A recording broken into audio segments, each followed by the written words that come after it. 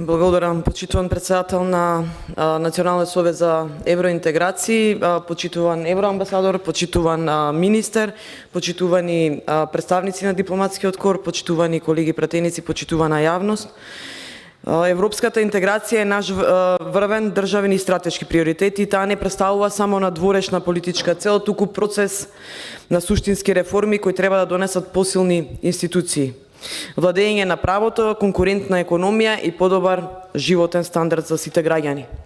Во изминатиот период, владата покажа јасна политичка волја и одговорен пристап кон исполнување на реформските обврски. Интензивно се работи на реализација на реформската агенда и планот за раст на Европската Унија, преку мерки што ќе подобрат ефикасноста на институциите, ќе потикнат економијата и ќе обезбедат поголема доверба кај граѓаните. Особено е важно што реформите не ги спроведуваме само затоа што тоа го бара Европската Унија, туку затоа што тие се неопходни за нашата држава. Борбата против корупцијата, ефикасното правосудство, професионалната јавна администрација, дигитализацијата и транспарентноста се реформи што им се потребни пред се на нашите граѓани.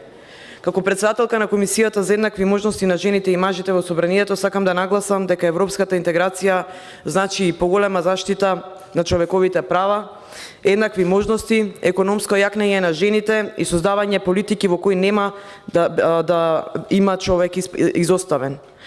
Рамноправноста не е само европски стандард, туку предуслов за одржлив развој и силно демократско општество.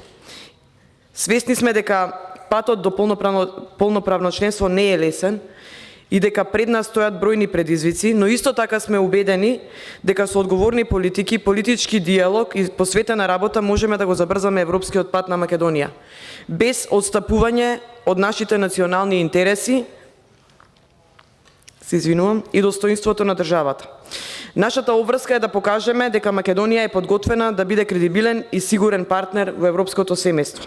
Тоа им го должиме на сегашните, но уште повеќе на идните генерации. Време на резултати, реформи и заслугите да бидат вреднувани објективно. Нашите граѓани очекуваат европска иднина, а ние имаме должност таа иднина да ја направиме реалност. Сакам неколку збора да посветам на она што беше кажано во оваа сала денеска. Потешки вистини слушаа граѓаните во минатото од ова сега што се случува, кога се показуваат црвените линии на националните интереси, кога во една година се носеше резолуција за заштита на црвените линии, а кога следната година веќе истите тие кои што ја гласаа ја погазија. Она што многу ми пречи и мислам дека тука треба да се работи на таа политичка зрелост или во даден момент на политичка незрелост, дека политичкиот консензус се носи со принципиелни одлуки, а не едно мислење дома и став, а друго мислење надвор во странство. Бидејќи Македонија е пример за почитување на малцинските права, но некој се дрзна во странство да бара и бараше всушност да се промени тој факт.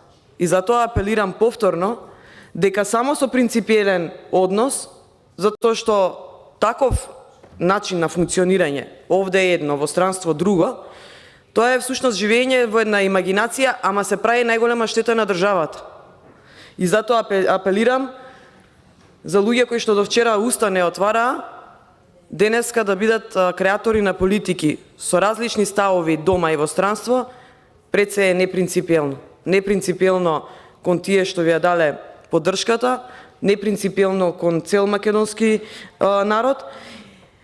Денешнава тема и на овој национален совет е најсуштинската и најприоритетната за нас како држава, но сметам дека немаме доволно присуство на пратеници, особено од опозицијата, која би требала овде да биде и да критикува, затоа што е нејзина задача тоа.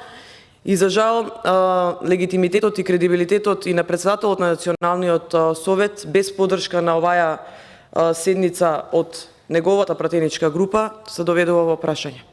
Благодарам.